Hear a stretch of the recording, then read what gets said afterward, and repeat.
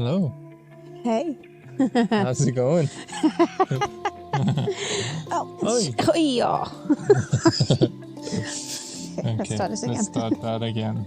Welcome to another episode that took a little bit longer than expected of MindDate podcast. Yeah. We are back, baby. With a baby. With a baby. Yeah, a lot has happened since that rooftop recording in Jodhpur. Holy moly. And at that point, we didn't know I was already carrying a little sprout in me. Yes. Yes. It's wild thinking about it. We were so innocent, I almost wanted to say, but I guess Clueless. Clueless is the right word. Yeah, thank you. Naive. Okay, so I asked our followers what kind of podcast they would like to hear. And the one that had the most votes was how and why we started MindDate. It's a good one. Yeah, so I'd like to know, what do you remember from that time? Well, I was kind of on the sidelines from the beginning. So what I remember from that time was I was kind of on the sidelines more than anything. At the time, we lived in a hut in Sweden, in northern part, but it's not really northern part. It's a ski area, Sälen, and we lived in the forest in a hut. And I worked as a park shaper, so I was shaping things with snow. I was building basically snow castles that you can jump on and for fun. For a living. A very weird job, but I did it. And you were all alone at home. Just had a back surgery because you did too much yoga. And you were not that keen after you managed to find a sales job that you did online. You said that you were in Berlin doing this job, but in fact you were actually in Sweden doing it. I hope nobody's listening from that company, but yes. We don't need to mention which one. You did several companies. You worked with several companies before that. Yeah. So they can guess whoever that was. Anyway, long story short, you fucking hated it. I fucking hated it. I hated everything about it. And I remember the thing that I hated the most about it was that I was surrounded by colleagues who actually enjoyed it. And, and that sounds absolutely ridiculous because usually you hate your job because everyone around you hate their jobs. But the fact that the people liked the job showed me how much they must hate their lives. Because that job was like so brainless and it was really sucking all my energy out of me from moment one. The bosses were proper hierarchy, downgrading, down talking. The energy was horrible and it was just this like, who makes the most sales every day? And I just remember like I was good at it, but I just couldn't stand that environment. And it was the first time in my life where I really saw I'm giving 8 or 9 hours of my life every day away to make someone else rich. I never truly thought about it like that before. And that was the moment where I was like, I'm paying with my life to make some money. What am I doing here? It's giving you nothing.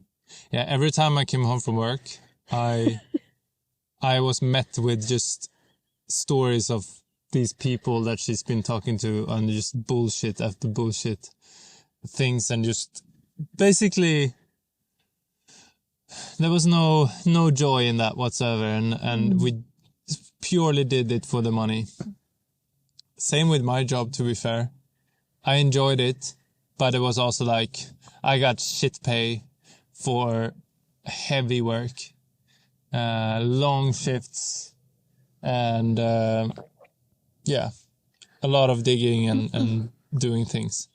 Yeah. So at that time there was no worth for us. No value in whatsoever. We literally just wanted to survive. It was COVID.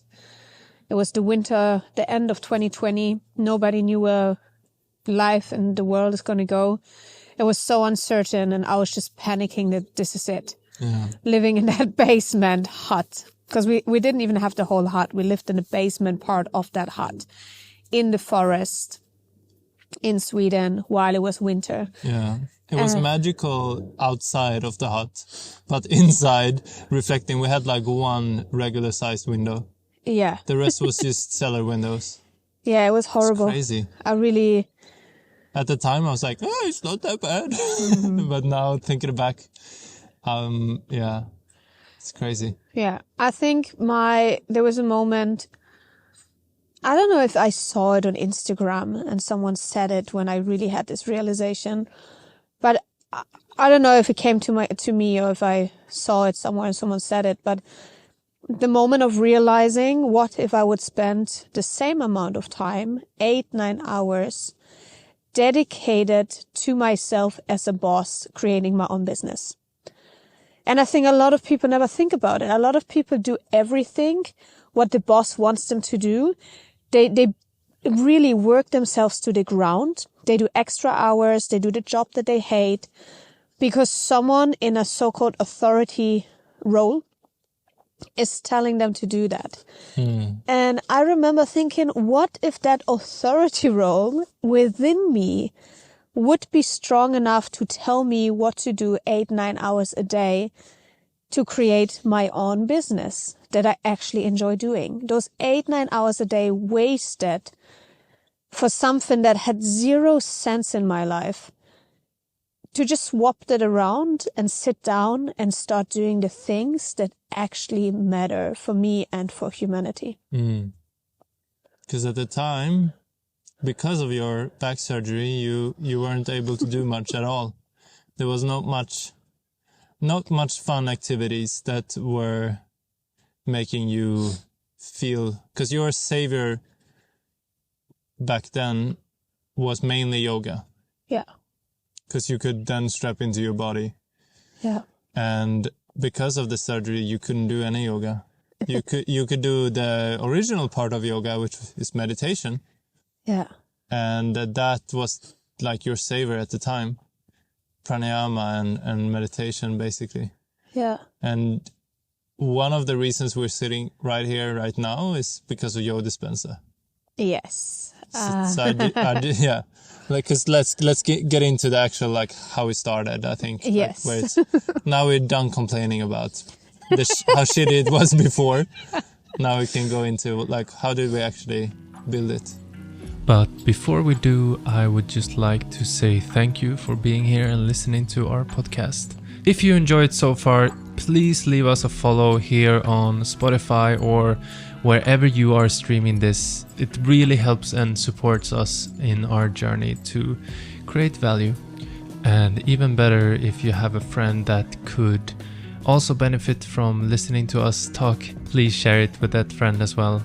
And if you're listening this far, we would love to talk a little bit quick about our online membership, an amazing platform that is full of good stuff for only 20 euros a month. You get so much value, it's ridiculous. It is full of pre-recorded breathwork sessions, meditations, other good stuff. We also have 6 live classes every week where our beautiful community gather around and heal, breathe, and expand together.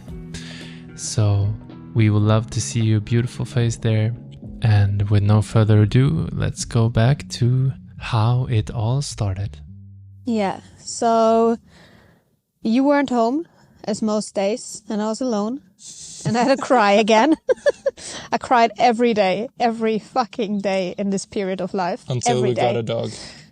Yes, and then I sometimes still cried. Yeah.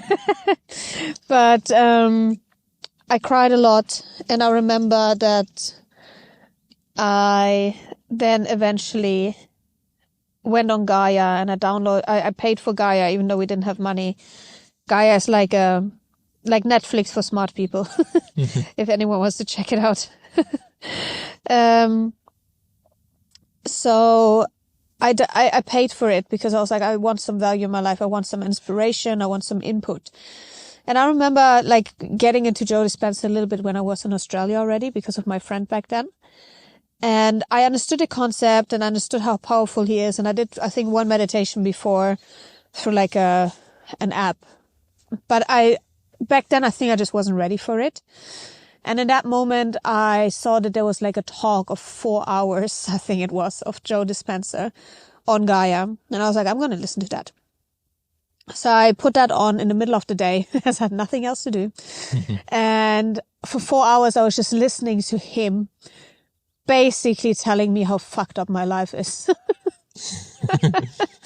How I'm running a pattern, how I'm creating my reality, how I'm making myself the victim with my thought patterns, how I'm not changing anything, and basically how my energy can shift everything. And I was like, this guy is so right. And then in the end of these 4 hours, me already just nodding for 4 hours straight, he did a little meditation. I think it was like a 20 minutes one. And I closed my eyes, I sat on the sofa. And God, that man took me so deep. I just dissolved into space. And when I came back, I remember opening my eyes, looking out the window. And before that, I just saw this little dirty, miserable window somewhere in the snow where I didn't want to be. And within a blink of an eye, I opened my eyes and I just saw sparkling, beautiful snow on treetops.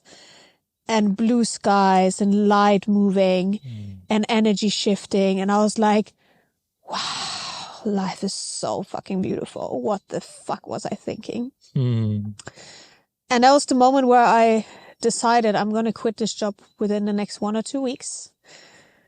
And then I got a paycheck from my book, which was really good. So the moment I got the paycheck, I literally called up the company and I quit within a second. Yeah, I think that was the first time I came home and you were excited. I think I called you. And I said I had an out-of-body experience. Everything will change now. Yeah. Yeah, there was something. Yeah, I think I remember that. But yeah, it was like, I was so unexpected because there was many times you called and you just cried when I was working. And this time was so different. You could just hear your energy. And I was like, what the fuck did she do? Like, did you find some mushrooms in the basement or what happened? But no, simple meditation. I remember you were so excited. I saw light. And it was like, there was like this beaming light. I remember that very vividly. But yeah, from there you were like, hell yeah, I can teach meditation. Meditation is amazing. I haven't realized until now that just being in stillness and just observing rather than moving and distracting with yoga, which is great for one part, but it's such a small piece of the puzzle. Yeah, and I mean, yoga was my doorway. I would be forever grateful. It's like the first thing that opened the door for me. Yeah. The first thing that allowed light into a dark world. It's like when I discovered yoga, I hated my body. I was so disconnected from who I was. I was so disconnected from my everything. Like I thought my body is just a nightmare and it hates me and I hate my body and it's ugly and it doesn't do what I want it to do and I'm not perfect. And I could come up every day with 2 billion reasons why I was not good enough. And I blamed it all on my body. So my body was just there for me to, I don't know. To blame. Yeah.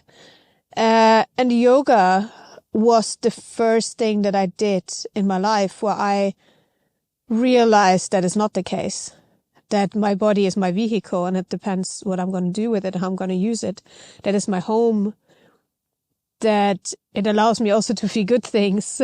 And that there's a connection between whatever's within me and whatever's outside of me. And yoga was the doorway. I didn't quite, fly through the door and saw everything at once. But I opened the door and I gazed inside and that was yoga. Exactly. For sure. It's basically like, if you think of it like a vehicle once again, yoga for you was basically realizing that, I should service and take care of my vehicle.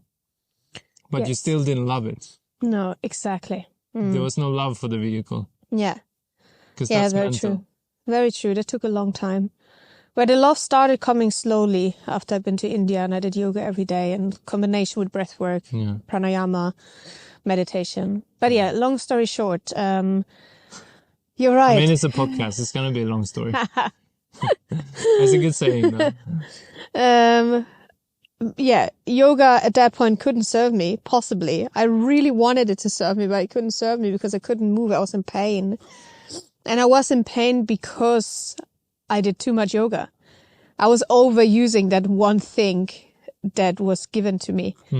So I had to find something else. And then meditation and breath work, pranayama, everything, the Wim Hof method that was quite present already in my life back then really took effect. Because I couldn't distract myself anymore. There was always this part in me that still did yoga because of my looks. It had also the other effect. It also served me in the other way. And it was like a sneaky way because I didn't start yoga because I wanted it to serve me on my soul or my mind. Yeah. I started yoga because I wanted it to be like a workout. Yeah. And then when I started doing it more and more, it opened the door to the other side. But the part of me that wanted to do yoga because of the looks and being flexible and all that crazy stuff was still alive in me. Yeah. So when that was taken away from me, I was like, shit, now I'm left with only the other thing. Yeah. Exactly. Yeah. The spiritual part of the practice has sneaked into your life. But that's usually what we say with breathwork as well. Yeah. Like we love teaching it to people that are not spiritual at all. Because it sneaks up on you. It's like, the more you do it, the more you like, you go within without thinking about it. It becomes this subconscious search and questioning of things. And I think that's what we like to say. Like, it sneaks up on you. 100%. And it's what it did with you. Yeah, 100%. And with the Wim Hof method, for example, I still did what other people did. And I still did this toxic part of me is like, oh, if I do the Wim Hof method, I can do the ice bathing. The ice bathing is really good because it keeps you young, it keeps you pretty. And it's like, there was still this like part of me that wanted to please my external me. The metabolic rate goes up 300%. Exactly. And I'm going to be happier, and happier means I'm going to look younger. And there was a part of me that still kind of focused on that in some weird way. Or also a part of me that liked the kind of pushing and proving myself. I can sit in ice water. I can be like a man. That back then was still very present, even if I didn't admit it. Yeah, yes. The fire in the lion. Yeah, the fight response that I carried around all my life. Just like, it's gotta hurt to be good. Yeah. Yeah, exactly. That's your classic, that's your trauma response 100%. Yeah. You're not good enough if it doesn't hurt. Exactly, yes. At the end of a workday, if I'm not exhausted, I didn't do enough. Yeah, you gotta work super hard, otherwise you're not getting anything. Exactly. And if I am not exhausted, I don't deserve to rest or take a break. Yeah. I need to be exhausted. I need to have done this fucking hours of work and all of that stuff in order to just allow myself to sit down and do nothing for a day. Because if I just do it and I haven't done anything, then I don't deserve it. Yeah. Then there's this guilt, there's the shame, there's the blame, there's this I'm not good enough. And it's becoming more and more quiet in my life, but it's still there. But in a way, I do believe that every trauma response serves us as well. Yeah. And if I didn't have that, maybe I would have no drive at all. Yeah, you wouldn't have driven me to do this. Exactly. So the trauma response of fighting and always having to be productive and doing things is definitely serving me in a way that if I find a balance, it drives me forward and motivates me to do crazy things and to achieve. You can use it as a superpower. Exactly. But if you abuse any power, you'll get you. 100%. It will catch up to you. So it doesn't matter. Like, you're such a relaxed person, but if you're too relaxed, it's gonna bite you as well. You're not gonna achieve or do anything. So it takes two to tango. It's what we always say about the nervous system as well. You gotta be balanced. You gotta have nice weight on both sides. Otherwise it will become dysregulated. 100%. Yeah. I mean, that's what we And but I feel like that's the classic today is the fight and flight drive response that so many have. Like if we just talk about the location, Stockholm, it's like people are bragging about burning out or bragging about, oh, I have so much to do, and it becomes almost like a prestige to don't put yourself first, which is like the craziest thing. Like, yeah, sure, if you're starting something and starting a project, you should work on it and you should have a drive and everything, but it's like you gotta put yourself there in somewhere as well. Yeah, I feel like that too. I feel like people have been complimenting me a lot for being everywhere and doing so many things. But people don't compliment me when I say, oh, I have had 3 days off and I did nothing. Mm-hmm.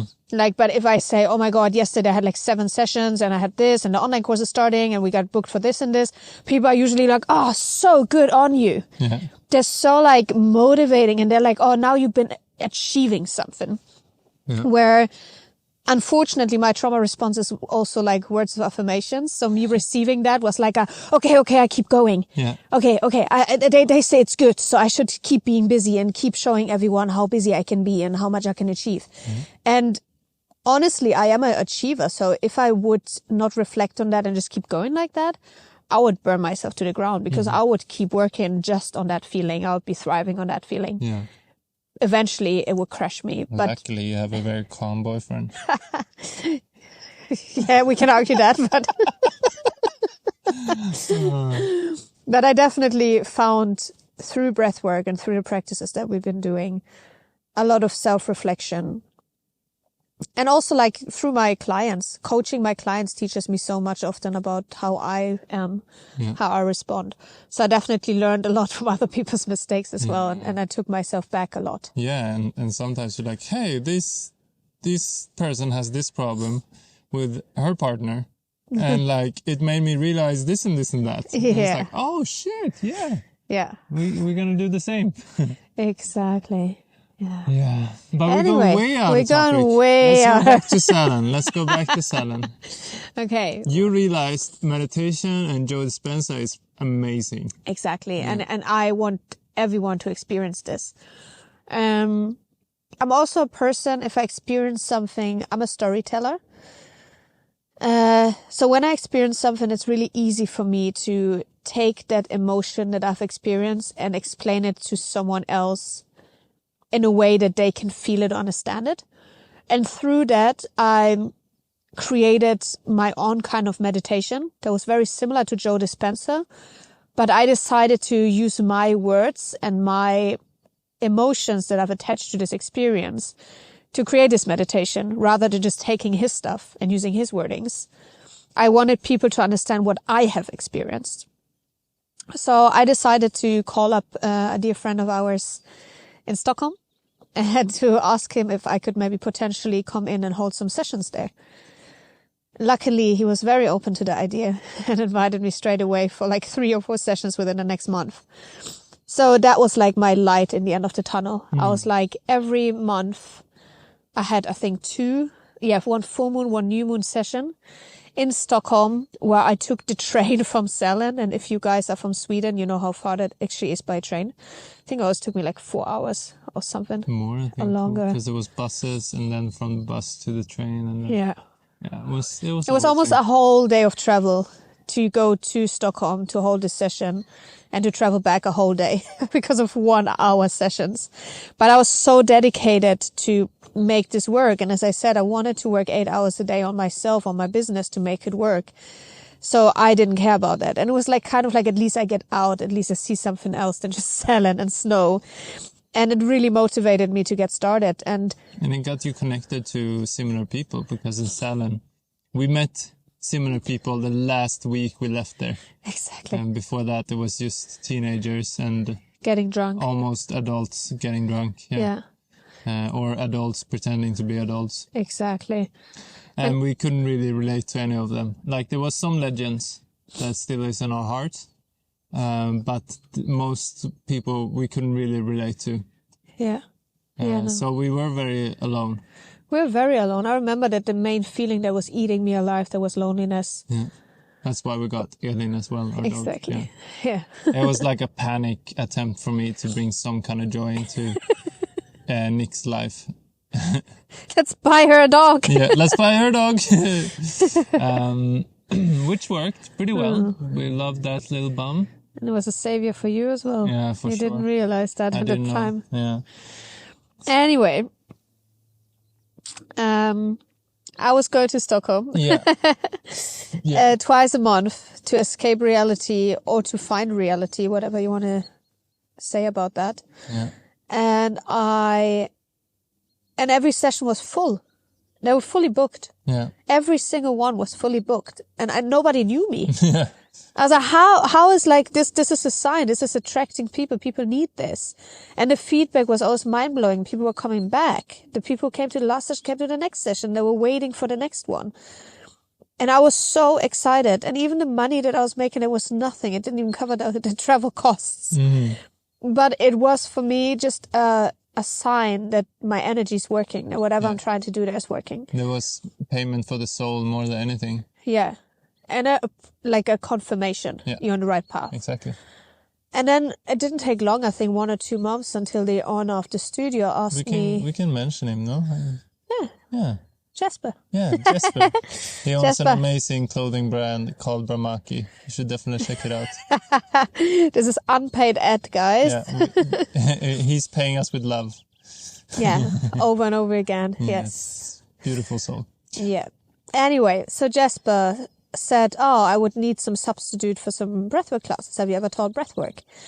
And I remember just being so mind blown because we did breathwork there once together, but I didn't realize there was like a big thing there. There was like regular classes in the studio that would be actually fully booked. Yeah. And they were always packed and people loved breathwork. And I was like, well, I learned how to teach breathwork with Wim Hof. Of course I can hold a class. And I remember doing that first class, and it was funny because it was like Jesper tested me because he actually came to that class. Yeah, it's good. He just wanted to see if I can actually do it. And he was there, and it was a fully booked class, and it worked really well. And everyone loved that.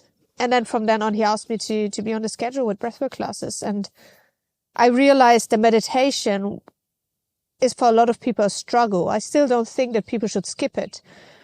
But the breathwork is an easy way in to a meditative state and to emotions.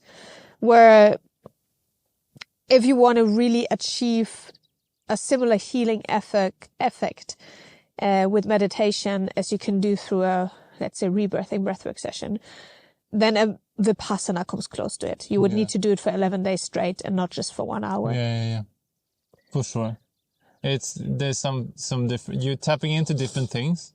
The Vipassana would be more mental than, like it's still a lot of body, but it's not like somatic release in that way.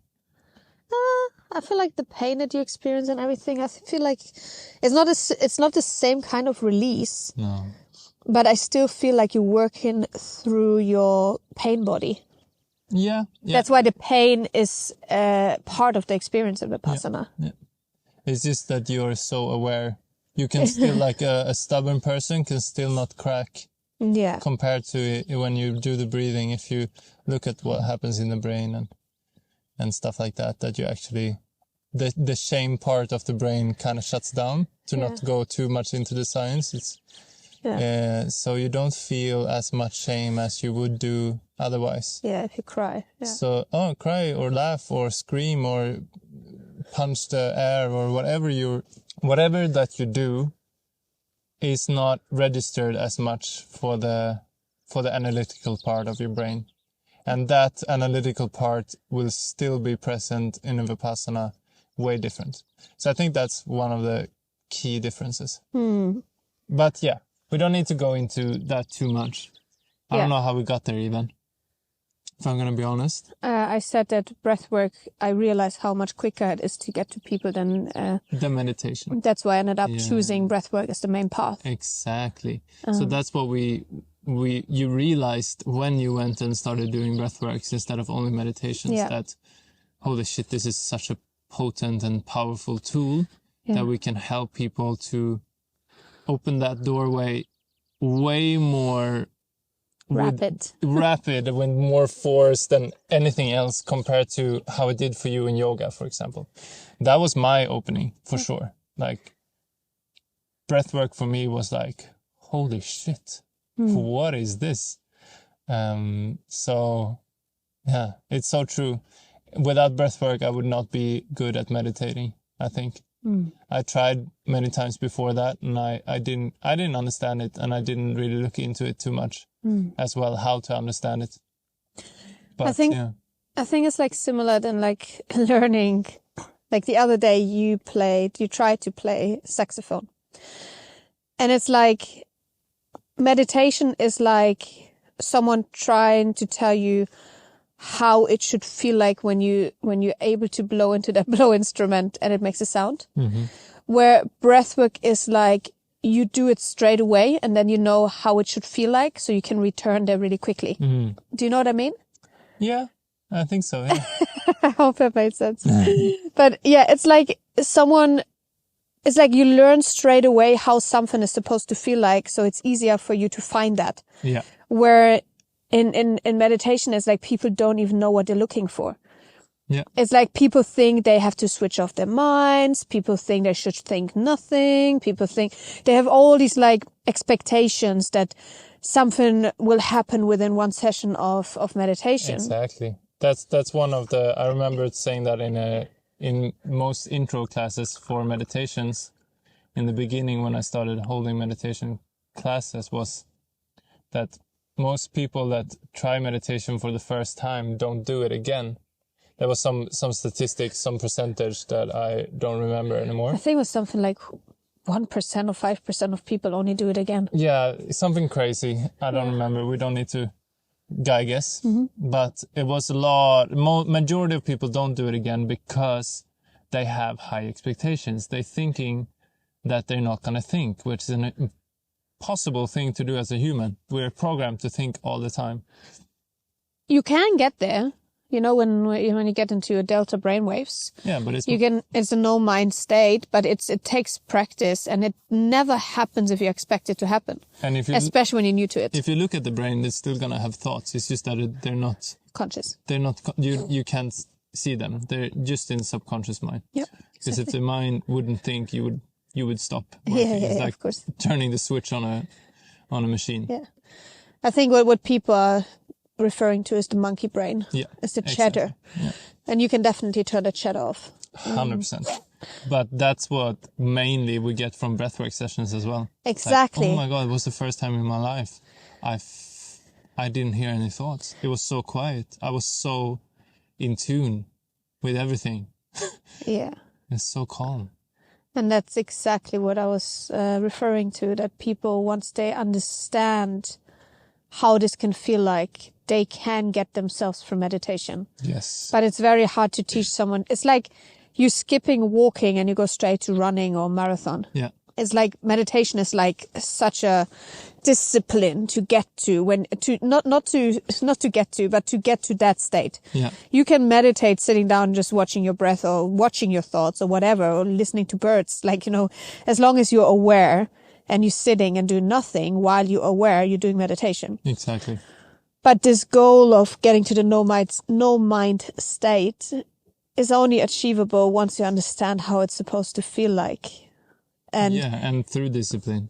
Even though if you don't know how it feels like, it will go way faster to get there. Exactly. And with breathwork, it's like you do your first ever session. You can be a busy, burned out CEO who never ever manages to switch off.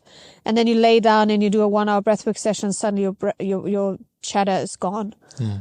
The monkey brain goes on holiday. Yeah, it's like, whoa. It's like, and it's impossible to make someone sit down for an hour of meditation and hope for the same results. Yeah. It's gonna be a lot of distractions and a lot of forceful thoughts of finding excuses why to stop. Exactly. Yeah. So that's what you realized. That's what I realized. At studio, I was still present. Yes, I was at Brahmaki and I realized that. So I asked Jesper to put me on the schedule a bit more, and then straight away I had this vision of like, how can we bring this to everyone? Because I saw people coming into my classes with suits, from work. I saw people coming in there that would never show up to a yoga class. I saw people coming in there who looked like an ordinary finance guy. And I was like, this is something else. People are open to do it because there's no performance behind it. You sit, you breathe, you go. Yeah, you don't need to dress up. You don't need to change afterwards or shower or...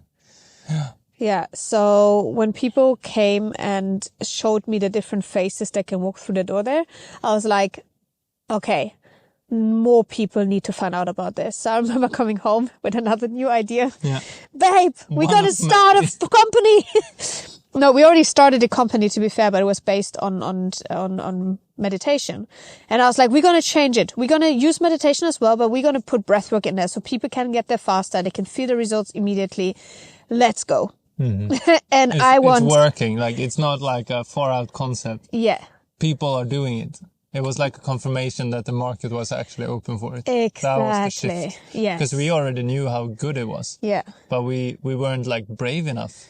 Yeah, that was it. That was really it. I wasn't brave enough to even introduce it to many people because it was so emotional oftentimes and so intimate that I was like, I can't just walk into Sweden. Yeah. I mean, like in Australia, it's a whole different topic. But I cannot walk into Sweden and make Swedes who are so introverted and so stiff to lay down with me and breathe for an hour and cry. I was like, this is never going to happen. But suddenly I saw it's happening. Yeah. And then I was just like, okay, now or never, let's just go. Yeah. And that was the beginning. Yeah. Our first, one of many ideas that we had, or you had in that cellar, we were going from making candles to different things and different business ideas. We're like, I'll do anything except working for this fucking company that I'm doing for any company. Yeah, for any company. Yeah. I'm gonna create candles. Now I'm gonna do this. I don't even remember all the ideas. Yeah, cooking show. Cooking show. Yeah, I have a terrible cooking show. What did we do? Dumplings. Yeah. Like a video. Old video of Nick making dumplings in this cellar kitchen. Oh my God. Anyway, beautiful. So funny to look back at. We've gone so far from everything. Anyway. One of the companies was chai, because you love chai. I love chai, but your love of chai, like how she describes, she's a storyteller. She can really make you want to drink chai. She's like, it's so fucking good, and it's this and it's the this spice flavor. and the warmth. She realized there was nothing on the market that was like chai that you can buy in Australia, which is like sticky chai. Everything is this bullshit, powdery, gross, sugary shit that you just mix. Tea. Yeah, or tea, which is nice in itself, but it's not like chai. Yeah. It's not what you want, like masala chai. The Ayurvedic chai. Yeah. The good stuff with all the herbs and like, yeah. So you bought a bunch of spices and started making this mixture, and we called it Chai Date. Yeah. Because we thought that's a good name, Chai Date. Yeah, I remember that I wanted like a little wagon, like, you know, like a coffee wagon, like a chai wala wagon, where I have like this traditional Indian chai kettle on and everything. And then I thought I'm going to carry around little carpets, you know, like this super like old school cute carpets. Yeah. And they're going to be really small. And 2 little poofs, in total I thought I'm going to have a few poofs anyway, and like little tables. And I thought I'm going to just set up somewhere on a green area or in the winter, like, I don't know, by a market. And I'm going to put down these like carpets and these 2 poofs, and then everyone's going to get the little chai date set with like tiny chai cups. And I thought, oh, this is perfect. Instead of a coffee date, having a chai date. And then I thought that name is so pretty. Yeah, it's so pretty. It makes me excited. We need to one day. Yeah, one day we'll bring back chai dates because you make some good ass chai. I remember like we kept experimenting with the recipe back and forth, and then eventually we landed on like where we both agreed like this is amazing. Yes, and then we were selling it for a while at Brahmaki. Yeah, Jesper once again opened the doors to whatever creation came through my mind. Yeah. And he was like, sure, we can sell chai at Brahmaki. Why don't you try it? And then I started selling chai outside Bramaki, and people were loving it. They were coming back. They were buying of me. I made really good money before Christmas there. Yeah. People were loving it. Yeah. So it was a good door opener. So that was the birth of the name MindDate. Yes. Because we're like, oh my God, we can just switch it. Because you're dating your mind. It's brilliant. Yeah. And that's, I think still pretty brilliant. I really love that. I don't think I would ever want another name for what MindDate is. I see other people in Stockholm changing the company name all the time. Yeah. They'd like go from one name to the next, and then breath thing and this thing and this thing. And I'm just getting a headache. I'm like, can you not just find one thing with love and not with your mind? Yeah. And I think that's what people do wrong a lot in general in this business. In a mindfulness business, most people are not mindful, they're mind driven. They are just focusing so much on what would be good from the outside for other people, but not what feels good for me from the heart. Yeah. Because it's a very different decision. If you make something from the heart, you will stick through it because it's love. Yeah. And when we decided for MindDate and for what it's supposed to be and what the name is supposed to be, we were just in such a state of love, and we just wanted to share love with the world. There was no mind to it. There was no business plan. There was no like, how would other people think of it? It was just like, this is love. This is our baby now. Yeah, and you're not exchanging a baby. No, that would be crazy. Yeah. It's interesting the way that you say it. It's a good analogy that they're mind driven and not mindful. Yeah. And it's also a lot of times like, what does other people do? What works? Exactly. What the others people do that works? It's like, no. What can you do that no one else does? Exactly. That's what we're doing. Yeah, I feel like that's our main thing, is that we like, what is missing? Yeah, what can we provide that no one else can? Yeah. Or at least try. Yeah. Yeah. But then there's like also this like all of these theories that there's different kind of people, that back in the days there was always a leader and there was the sheep. So there's one person leading and the other people were following and just taking orders. And that those rooted DNA, there you go, not NDNA. These rooted DNAs are still within us, that some people are natural leaders and natural creative inventors, where other people are just good in taking examples of others and following that.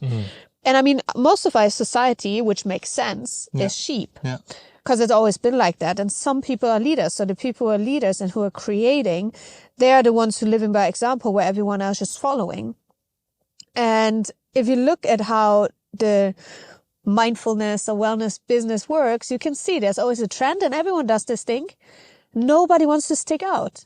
Nobody wants to actually, and the ones who do stick out, the ones who are inventors, the ones who are leaders, they're the ones who are most successful. Yeah. Because they're creating something that is brave. They're creating something nobody else does. And it's not like, oh, I'm looking for approval, so I'm going to do what works. They're more going like, oh, what does my heart want to create? It's being an original.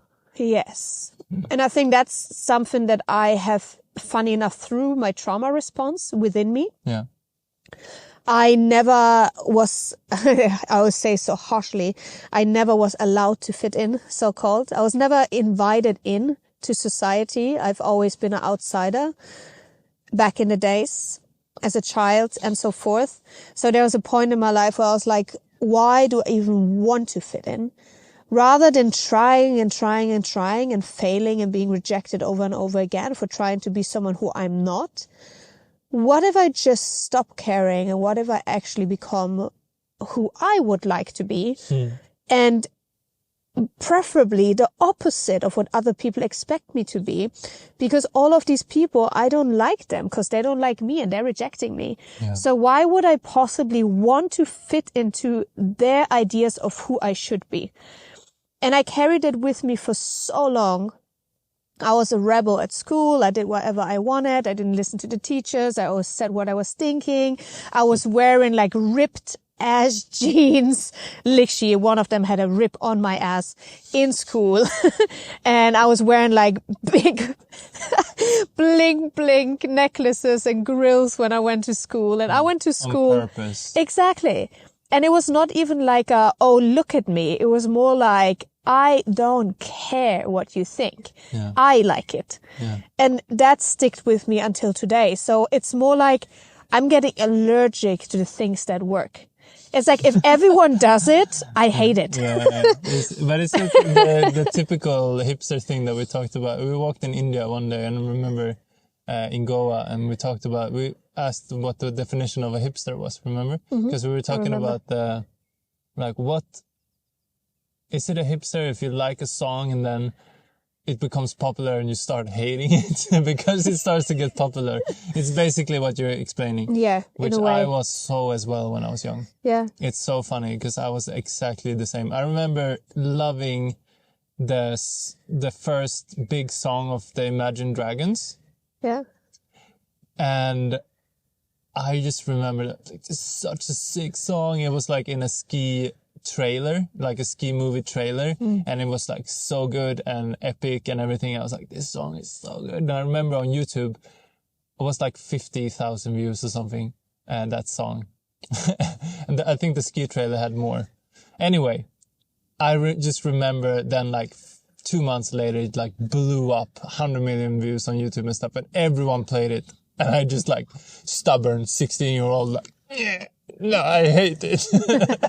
I discovered them first and la la la. I think it's also very rooted in me, this part of not fitting in, but not in the same, for the same reason. That's the interesting thing, because I fitted in everywhere. Yeah. But you still do. You're Libra. Yeah, I'm a Libra, yes. The definition of lion and Libra. Yeah. But I think, yeah, I was doing it because I was so allowed to in my childhood to be fully myself. Yeah. I was always accepted to do whatever I wanted. When I was young, I dressed up in women's clothes and walked around and being weird and trying to make everyone laugh. And I don't know, did stuff to be out there, I think. Not intentionally, but just because I thought it was fun, I think. But then I wonder what part of you was that rebellion then? Because if you were allowed to be anything and everyone, why did you still want to stick out? Why did you still not want to like the things that everyone else liked? Because I was listening to I was an inner child. I was a child. That's the inner child of me now. That is like, I want to jump in that puddle. I'm going to do it. No, of course. But I mean, like, why did you dislike the song when everyone else liked it? Because that's a rebellion of yours to be like, I don't want to be like everyone else. Yeah. That doesn't make sense if you're always loved for being who you were. So there was a part of you that was still hurt somehow. The innovator for some, like, I think I just wanted to, I don't know. It's the idea of being like everyone else that I think scared me somehow. Because it's like, that's boring.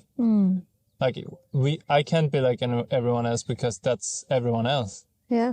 I don't know. I think it's something that was just naturally, or my parents maybe did it to me, or naturally it was in me that being like everyone else is a bad thing. Yeah. Yeah, maybe I can imagine that your mom was telling you that you don't have to be like everyone else, be different. And that kind of went to an extreme at some point. Yeah, maybe. Yeah. Anyway, so the idea behind MindDate was to establish something in the middle of the pandemic that makes people sit in a small room together and breathe and through the fears and release their traumas in a corporate environment, preferably. Yeah. And for some crazy reason, it worked. It worked. It really worked. It got really quickly, really good. But it was one of those things where you're like, the boat starts to sail. You cannot let go of the sails now. No. You have like sails, huh? Anyway, you have to keep holding on to the sail and have to keep finding the wind to blow you further. And you weren't ready to jump on that ship. No. And I didn't know how to sail. you were just the wind. I was maybe. I was the boat, you were the wind. I didn't feel like I was the wind. I definitely felt like I was struggling to hold up that sail. Yeah, I was paddling. I didn't know how to sail, so I was paddling. That's a really good metaphor. So I was the wind, maybe, because I pushed you. No, that doesn't make any sense. I fed you so you could keep paddling. This analogy is going places. Yes. Yeah. Anyway, I was on that boat trying to sail, didn't know how to sail, and I was just putting all my energy into it because, you know, when you know how to do things, you're using less energy because you're more efficient. But because I didn't know how to do things, I just tried to figure it out, all in. We were living in a caravan at that point already. So after Sälen, we moved to Stockholm and we couldn't afford a place. So we lived in a caravan, the three of us with our lovely old husky lady. And we were driving, or I was driving every day with buses, etc., for 2 hours into Stockholm center to hold classes and to go to events and to meet people, while you were working like 70 hours in 3 different jobs, cycling around to save money on the bus. Yeah. And that was ridiculous. So sometimes you came home at like 3 a.m. because it took you 1.5 hours to cycle home after a 13-hour shift in a restaurant. Yeah. Sometimes I worked as a construction worker or as a carpenter at the same time as I did a bartender job or service job. Yeah, it was. And solar panels in between. And then for 3 weeks a period, I did all 3. That was insane. But that was definitely the struggle for sure. Because then I was full on just like believing in that I can make it. Yeah, exactly. She got this. She just needs the support and the love, basically. And we also need some extra money to make the caravan the way we want it. Yeah. So there was many factors in there. Yeah. For sure. Yeah, so... But I didn't identify at all as a teacher of this type of thing. Like, I was a teacher, like, I love to teach people ski or trampoline or to dive or whatever there was that I wanted to, that I was good at the time, or like how to do a kickflip or whatever it was. I love to teach, but I was like, but this is not me. I can't. I'm not a spiritual teacher. Yeah. Like that's, I'm not spiritual, I thought. Or I told myself at least. What was the moment you realized that you were spiritual? Well, I think that's a layered question because I think there was many things. What was a moment you can remember that was like, whoa? Well, my first psychedelic trip. But I mean, like, since our journey. Because you always return back to that psychedelic trip, but then afterwards you still said that you're not spiritual. So what was the moment? Yeah, but that was my realization of like, yeah, there's something. Yeah. But then the confirmation was slowly, I think.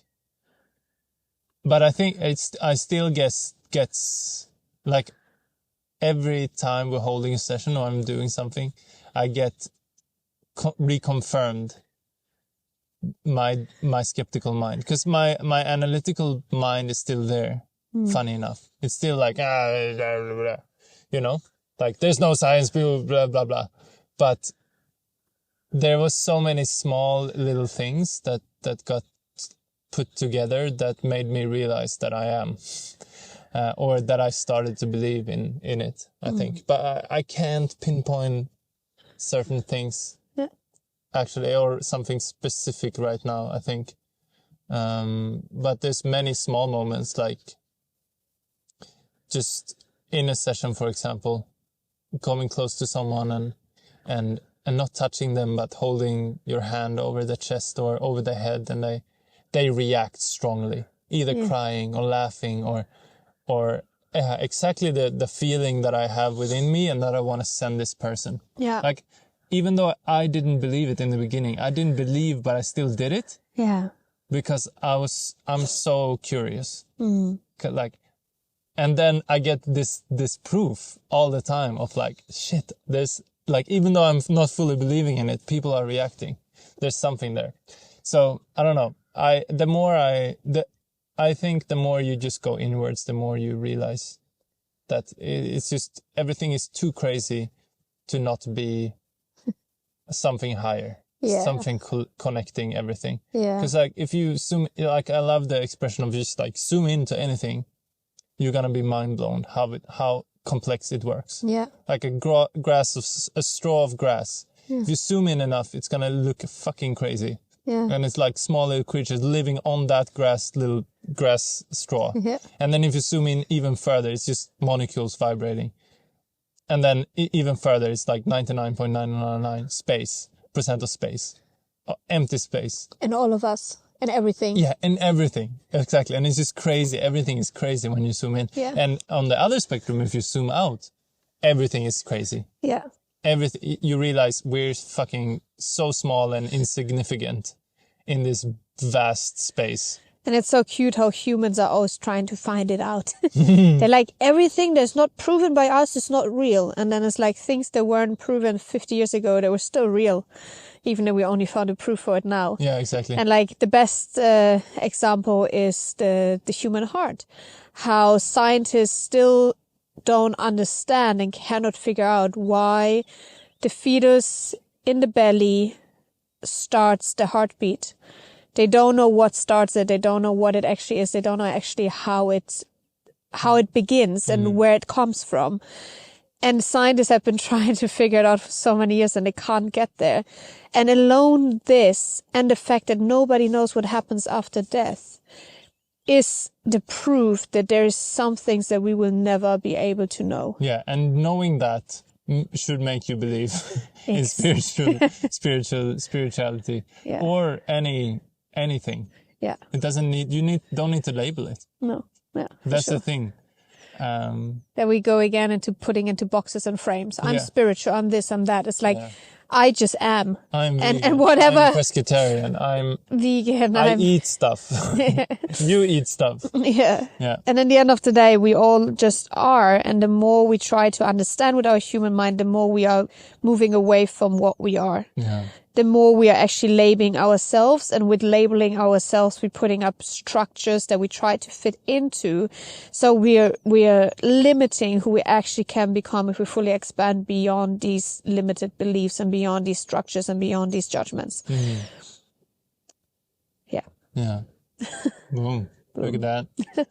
So that's, I don't have a space in time onto this human experience timeline where I'm like, I'm spiritual. But I got disproven so many times that eventually I felt that I was. Yeah. Or realized that I always was. But my environment made me doubt and believe other things. Yeah, but probably also because your environment probably taught you that the word spiritual has some kind of stigma to it that you don't want to identify with. Yeah. Where nowadays you have your own stigma. You created your own idea of what spirituality actually is, rather than seeing it in a judgmental way that most of probably Swedish society would call it. You know, they imagine like that you walking around with crystals now and you talking to trees and I don't know. Yeah. Whatever, you know, like they think spiritual. They think spirituality straight away this thing. This mumbo jumbo and this woo woo. Exactly. Yeah. Where spirituality is just believing that there's more than what we have proven as a human species yet so far. Yeah. Basically. And then you can decide how far you want to take it. Exactly. Yeah. Any last words?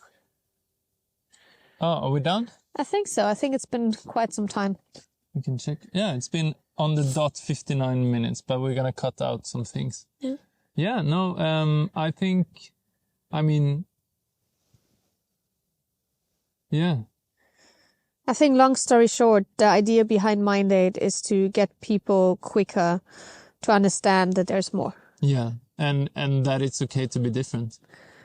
100%. Because that's the thing about like me in this journey. Because I was a supporter for so long, but when you made me realize that I could actually provide something in this space as well, made me realize that. Because before this journey, before we met, I started dabbling with the music and music production as a hobby, as a side thing, and didn't tell anyone about it because I was shy. I didn't want to show off.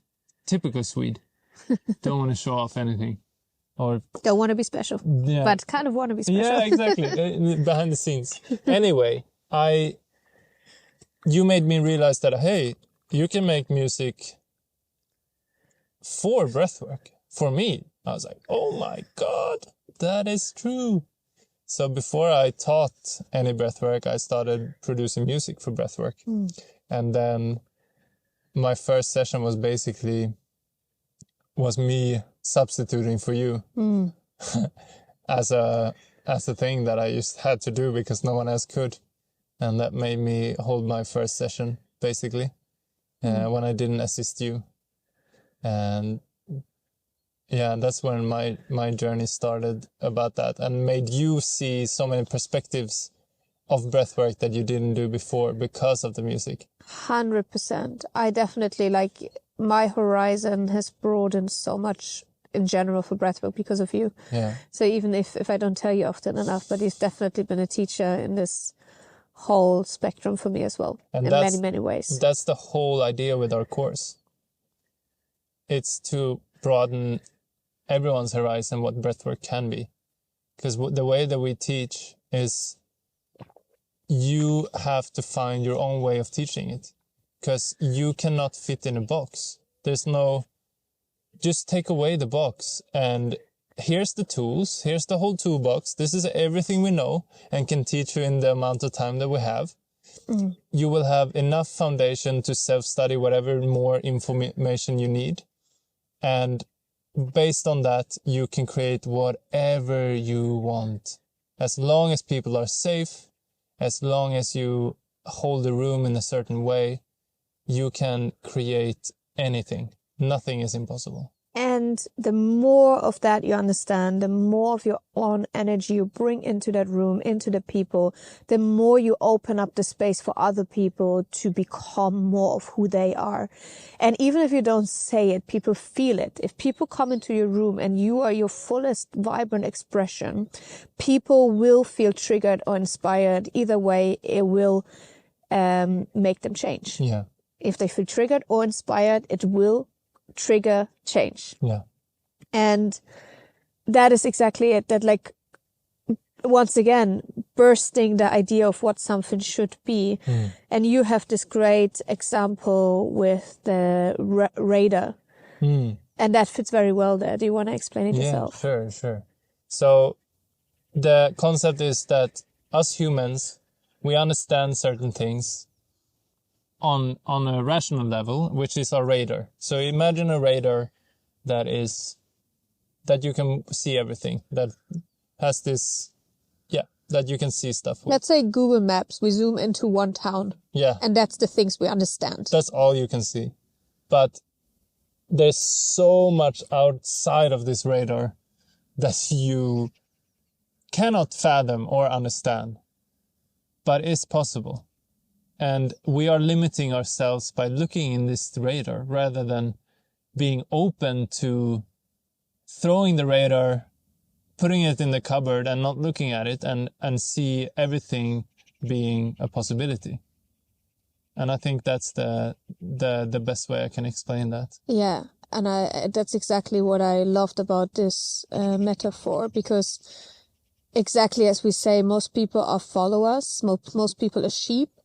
And they just take whatever other people have already created on that radar, rather than being brave enough to step out of it and tap in the dark for a little bit and understand that they don't need to find something, because that's where they can find everything.